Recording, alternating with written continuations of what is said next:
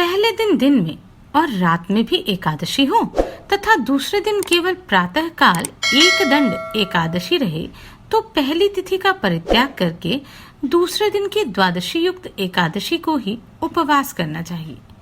यह विधि मैंने दोनों पक्षों की एकादशी के लिए बताई है। आप सभी से अनुरोध है कि यदि आप इन वीडियोस को लाइक, शेयर या सब्सक्राइब नहीं भी कर सकते तो इन्हें पूरा अवश्य सुनें और लाभान्वित हों। पहले दिन में और रात में भी एकादशी हो तथा दूसरे दिन केवल प्रातः काल एक दंड एकादशी रहे तो पहली तिथि का परित्याग करके दूसरे दिन की द्वादशी युक्त एकादशी को ही उपवास करना चाहिए। यह विधि मैंने दोनों पक्षों की एकादशी के लिए बताई है। जो मनुष्य एकादशी को उपवास करता है वह वैकुंठ धाम में, जहाँ साक्षात भगवान गरुड़ध्वज विराजमान है, जाता है। जो मानव हर समय एकादशी के महात्म्य का पाठ करता है उसे सहस्त्र गोदानों के पुण्य का फल प्राप्त होता है। जो दिन या रात में भक्ति पूर्वक इस महात्म्य का श्रवण करते हैं वे निसंदेह ब्रह्म हत्या आदि पापों से मुक्त हो जाते हैं और एकादशी के समान पापनाशन व्रत करने वाला मनुष्य सदा मोक्ष को ही प्राप्त करता है। युधिष्ठिर बोले, देव देवेश्वर, मैं पूछता हूँ, मार्गशीर्ष मास के शुक्ल पक्ष में जो एकादशी होती है उसका क्या नाम है? कौन सी विधि है तथा उसमें किस देवता का पूजन किया जाता है? स्वामिन, यह सब यथार्थ रूप से बताइए। श्री कृष्ण ने कहा, नृपश्रेष्ठ, मार्गशीर्ष मास के कृष्ण पक्ष में उत्पत्ति नाम की एकादशी होती है जिसका वर्णन मैंने तुम्हारे समक्ष कर दिया है। अब शुक्ल पक्ष की एकादशी का वर्णन करूंगा जिसके श्रवण मात्र से वाजपेयी यज्ञ का फल मिलता है। इसका नाम है मोक्षा एकादशी, जो सब पापों का अपहरण करने वाली है। उस दिन यत्न पूर्वक तुलसी की मंजरी तथा धूप दीप आदि से भगवान दामोदर का पूजन करना चाहिए। पूर्वोक्त विधि से ही दशमी और एकादशी के नियम का पालन करना उचित है। मोक्षा एकादशी बड़े बड़े पातकों का नाश करने वाली है। उस दिन रात्रि में मेरी प्रसन्नता के लिए नृत्य, गीत और स्तुति के द्वारा जागरण करना चाहिए। जिसके पितर पापवश नीच योनि में पड़े हों वे इसका पुण्यदान करने से मोक्ष को प्राप्त होते हैं। इसमें तनिक भी संदेह नहीं है।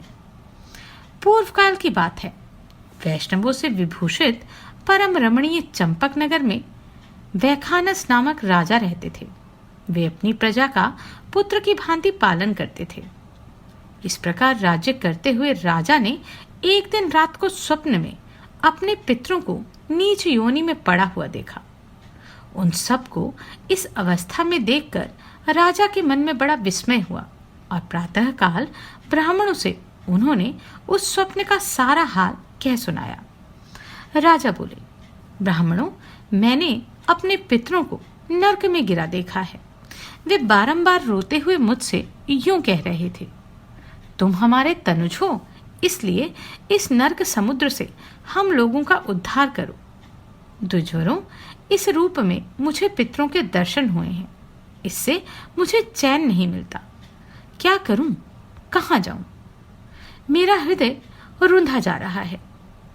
द्विजोत्तम, वह व्रत, वह तप और वह योग जिससे मेरे पूर्वज तत्काल नरक से छुटकारा पा जाए, बताने की कृपा करें। मुझ बलवान एवं साहसी पुत्र के जीते जी मेरे माता पिता घोर नरक में पड़े हुए हैं, अतः ऐसे पुत्र से क्या लाभ? ब्राह्मण बोले, राजन, यहाँ से निकट ही पर्वत मुनि का महान आश्रम है। वे भूत और भविष्य के भी ज्ञाता हैं। नृपश्रेष्ठ, आप उन्हीं के पास चले चलिए। ब्राह्मणों की बात सुनकर महाराज वैखानस शीघ्र ही पर्वत मुनि के आश्रम पर गए। वहां उन मुनि श्रेष्ठ को देखकर उन्होंने दंडवत प्रणाम करके मुनि के चरणों का स्पर्श किया। मुनि ने भी राजा से राज्य के 7 अंगों की कुशलता पूछी।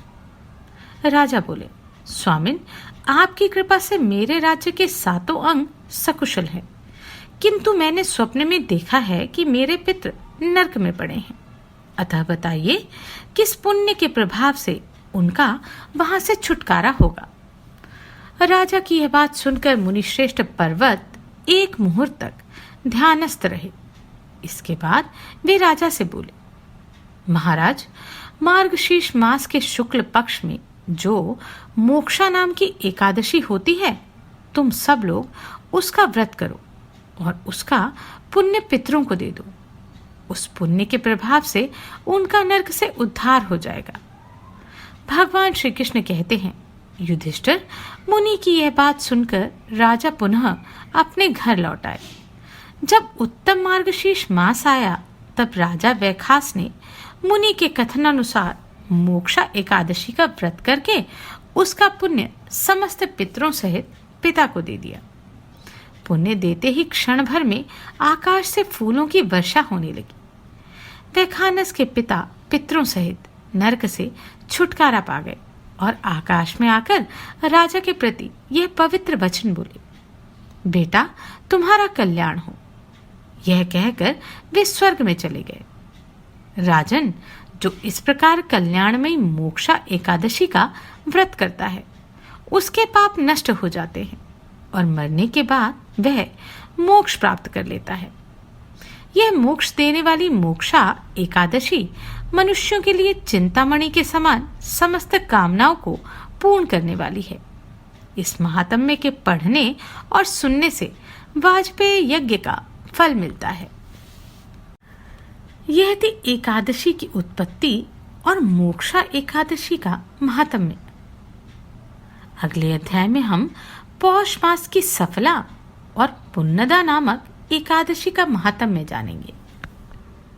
आप सभी को कोटि कोटि साधुवाद। आपने इन वीडियोस को इतना प्रेम दिया। नमस्कार, मैं आभा शर्मा जावास। यदि आपको मेरा ये प्रयत्न सराहनीय लगा हो तो मुझे सब्सक्राइब करके प्रोत्साहित करें।